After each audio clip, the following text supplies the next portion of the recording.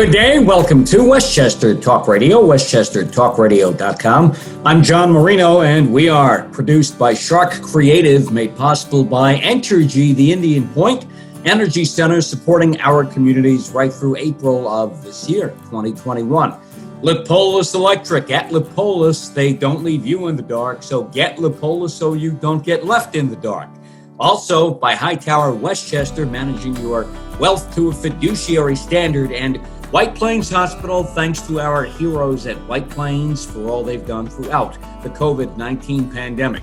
Here we are, our monthly get-together with Steve Greenberg, Pollster, Siena Research Institute at Siena College outside Albany, on the Cup of Joe political show. And Steve, welcome back to Westchester Talk Radio. As we now move into the middle of the month of January, it's been obviously a pretty busy time for you. A number of surveys at Siena conducted, for example, is the worst of the pandemic behind us? Absolutely, and it's great to be back with you again, John. So let me just quickly point out one survey. Lots of different questions in the survey, but Siena did one survey this month. It's not like we do 10 different surveys in a month. That we do not. We wish we could sometimes, but it's like the equivalent thereof, because you have so many questions. Absolutely. Survey many different questions. So we, in the midst of everything that's going on, we wanted to just get a sense of how New Yorkers felt about where we're at on the time continuum of this pandemic.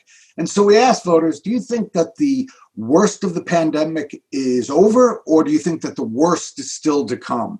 And by a 55% to 31% margin, New Yorkers say the worst is still to come, unfortunately. 55% say that. Yeah, only 31% say that the worst is behind us. But you know what's really interesting, John, is, and you and I have talked about a number of issues over the last several years, where there's huge partisan divides. Democrats feel this way, Republicans feel that way. On this issue, no difference. 31% of Democrats, 32% of Republicans, and 30% of independents all think that the worst is behind us. The majority, the large majority of Democrats, Republicans, and independents all think the worst is yet to come. Mm-hmm. Reasoning behind this, could it be about, let's say, for example, the vaccines, and people are still waiting to see how effective they are? You talked vaccines.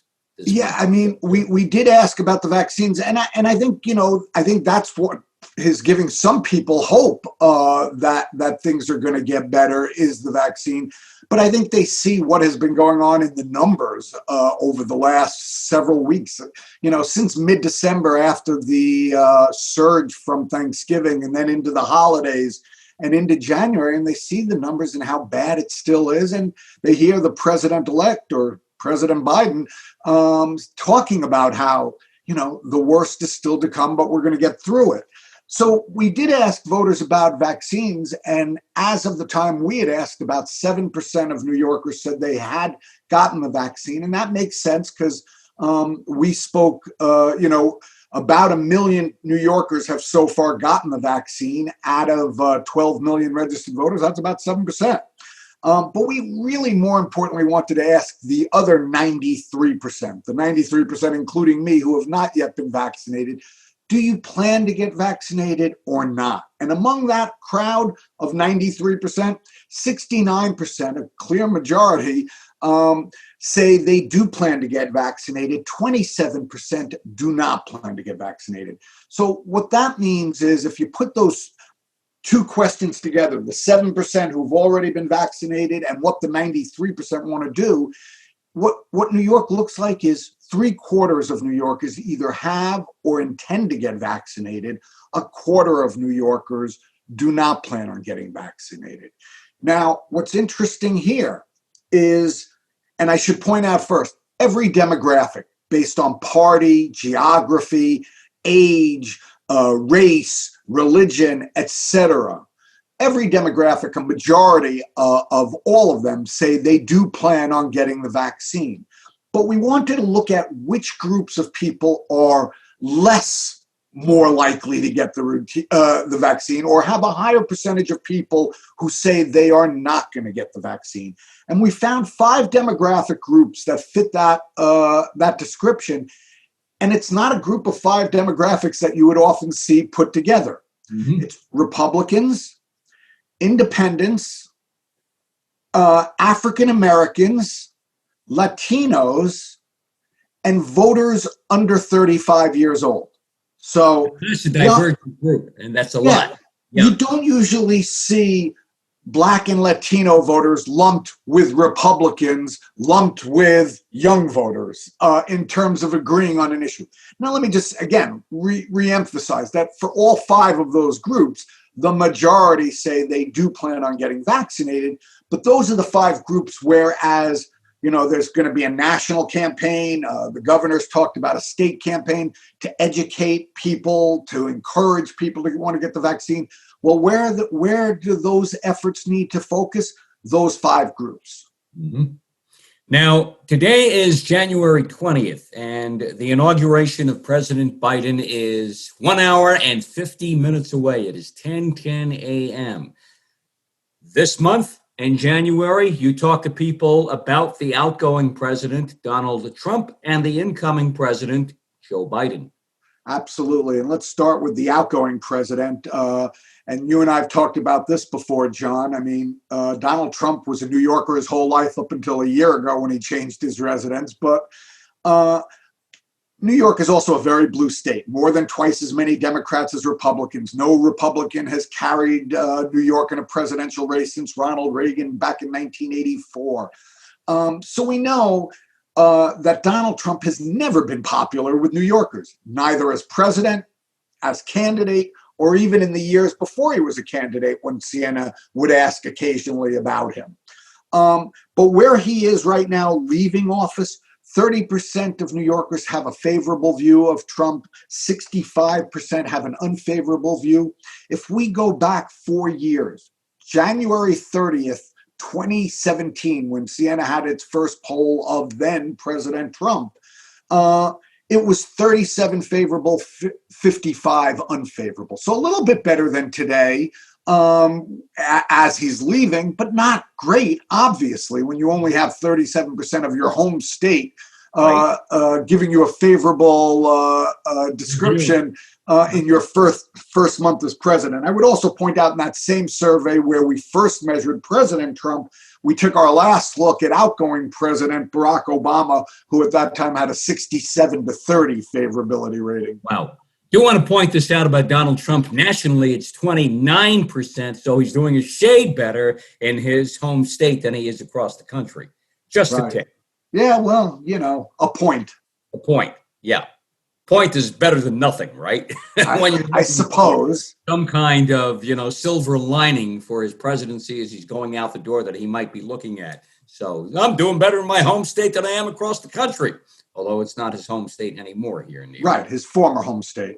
Mm-hmm. But okay, so Joe Biden. The incoming president comes in with a honeymoon with New York voters, at least. 62% of New Yorkers have a favorable view of Joe Biden. 32% have an unfavorable view. We asked voters, do you approve or disapprove of the way Joe Biden has handled himself and has acted as president-elect? Last time we will ever ask that question. But yeah, 66% approve, only 27% disapprove. And then we asked voters, do you think a Biden administration will have a positive impact for New York State, a negative impact for New York State, or no impact for New York State? And a clear majority, 54%, say they think the Biden administration will be a positive for New York. 23% think the Biden administration will be negative for New York. And somehow 16% of people think that the Biden administration will have no impact on New York. Now, the Biden numbers are in the Obama numbers, too, where Barack Obama was when he left office 4 years ago, where Joe Biden is coming in now, today. Comparable. The numbers are in that same range, about 2/3. Yeah, absolutely. Very comparable. But again, a lot of that, we have to point out, is New York has more than twice as many Democrats as Republicans. So this is a very blue state. So not surprisingly, when you look at the overall, you're going to see that. So when we look at Biden, for example, 84% of Democrats view him favorably, 54% of independents view him favorably, and 70% of Republicans view him unfavorably. So, but overall, because there's so many more Democrats in the state, when you look at a statewide number, Biden has a particularly good number. I should point out, though, on the Trump number, the reason his number fell from where it was in November and is down from when he first took office, Republicans. Back in November, Trump's favorability with Republicans was at 81%. In this week's poll, 58 favorable, 37% unfavorable. So I think it's clear that President Trump's actions in these last weeks, certainly in the last month and a half since Siena was last in the field talking to voters, has had a dramatic effect on Republicans. That's where his numbers moved. He was in the basement with Democrats and largely in the basement with independents prior. The big movement this time around was among Republicans. Steve Greenberg, Siena Research Institute, Pollster, Siena College near Albany. Steve, this month you also talked a topic that it seems like we talk every month, Governor Andrew Cuomo. Absolutely. And, his numbers are holding steady and strong. Right now, 57% of New Yorkers have a favorable view of Cuomo, 39% unfavorable, up a point, if you will, from November when he was at 56-39. Job performance rating, 56% positive, only 42% negative, up again a little bit from 54-45 back in November. And how's he doing in terms of the pandemic? Well, by a 63 to 32% margin, New Yorkers approve of the job that Cuomo's doing in addressing the pandemic. Even Republicans on that one, while 65% of Republicans view Cuomo unfavorably, 69% of Republicans give him a negative job performance rating, but only 50% of Republicans disapprove of the job that he's doing on the pandemic, compared to 41% who approve. So not quite break even, but much closer on the pandemic than it is in terms of his overall favorability or job performance. Now, for Cuomo, you said 57% favorability overall. That's 5% below Joe Biden. So the incoming president has a little bit more of a higher approval rating than the longstanding governor. Absolutely. Look, right now, Democrats are very excited. The two most popular politicians in New York, and we asked about a dozen, or actually more than a dozen politicians and elected officials in this survey. The two most popular politicians in New York right now, Joe Biden and Kamala Harris. Harris over Andrew Cuomo right now. Well, I mean, you decide. Andrew Cuomo is 57-39. So above water or positive by 18 points. Kamala Harris is 56, 1 point below, but 34, or 5 points below Cuomo on the unfavorable number. So her overall positive is 22 points. So yeah, I would say those are the two most popular politicians in New York right now. You want to know the three most unpopular? Yeah. In order, working from the third most unpopular, Rudy Giuliani, the second most unpopular, Bill de Blasio, and the most unpopular, the outgoing president, President Trump. That would have been my guess, those three. I would have guessed, though, Giuliani in second place and de Blasio in third place. No, de Blasio beat out Giuliani for being next in line. Which is good news for Governor Cuomo, because some say he treats Bill de Blasio the way he does because he's afraid that de Blasio will run against him in a primary from the left. So I guess that's good news for Andrew Cuomo from that standpoint. Yeah, Bill de Blasio right now among New York voters, 28 favorable, 53 unfavorable. I don't think that will be great for Mr. de Blasio. Now, that's worse than Donald Trump, actually. No. Trump is 30-66. Oh, okay. All right. So, again, Trump underwater by 36 points, de Blasio underwater by 25 points, Giuliani underwater by only 24 points. Mm-hmm.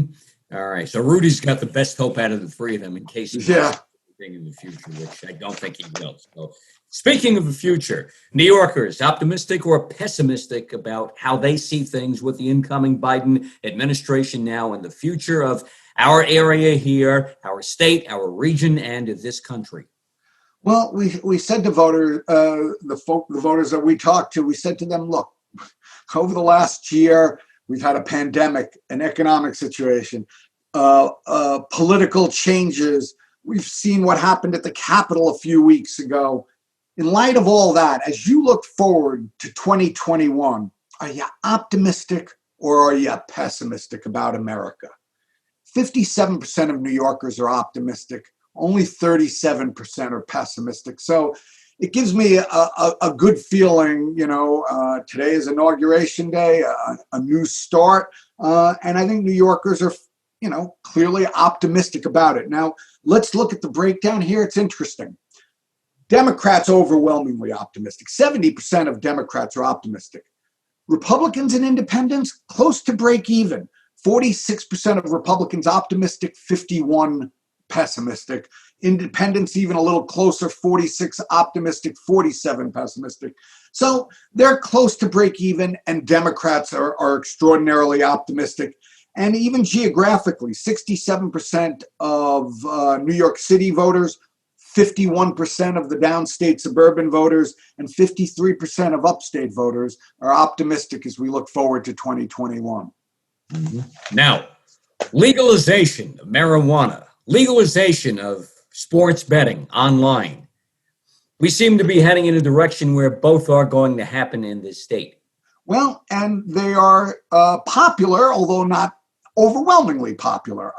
Right now, support for legalizing recreational use of marijuana, 56-33, down a little bit from November when it was 60-32. And online sports gaming, 48-35, again, down a little from when it was 50-32 back in November.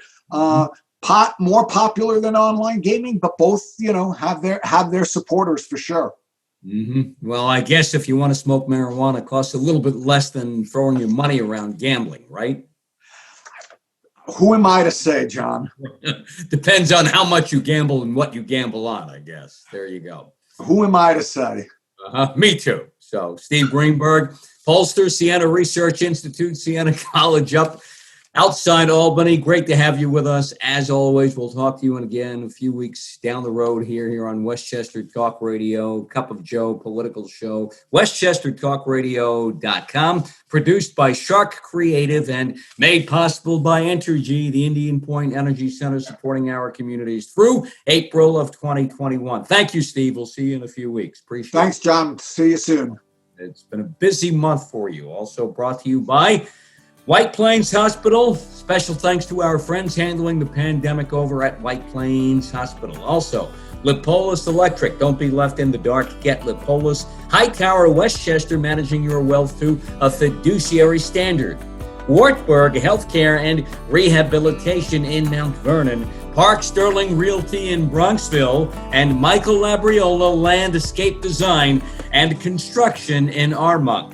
Catch all of our Westchester, Fairfield County, Putnam, and Dutchess Talk Radio programming on our YouTube channel, Sharc Creative YouTube.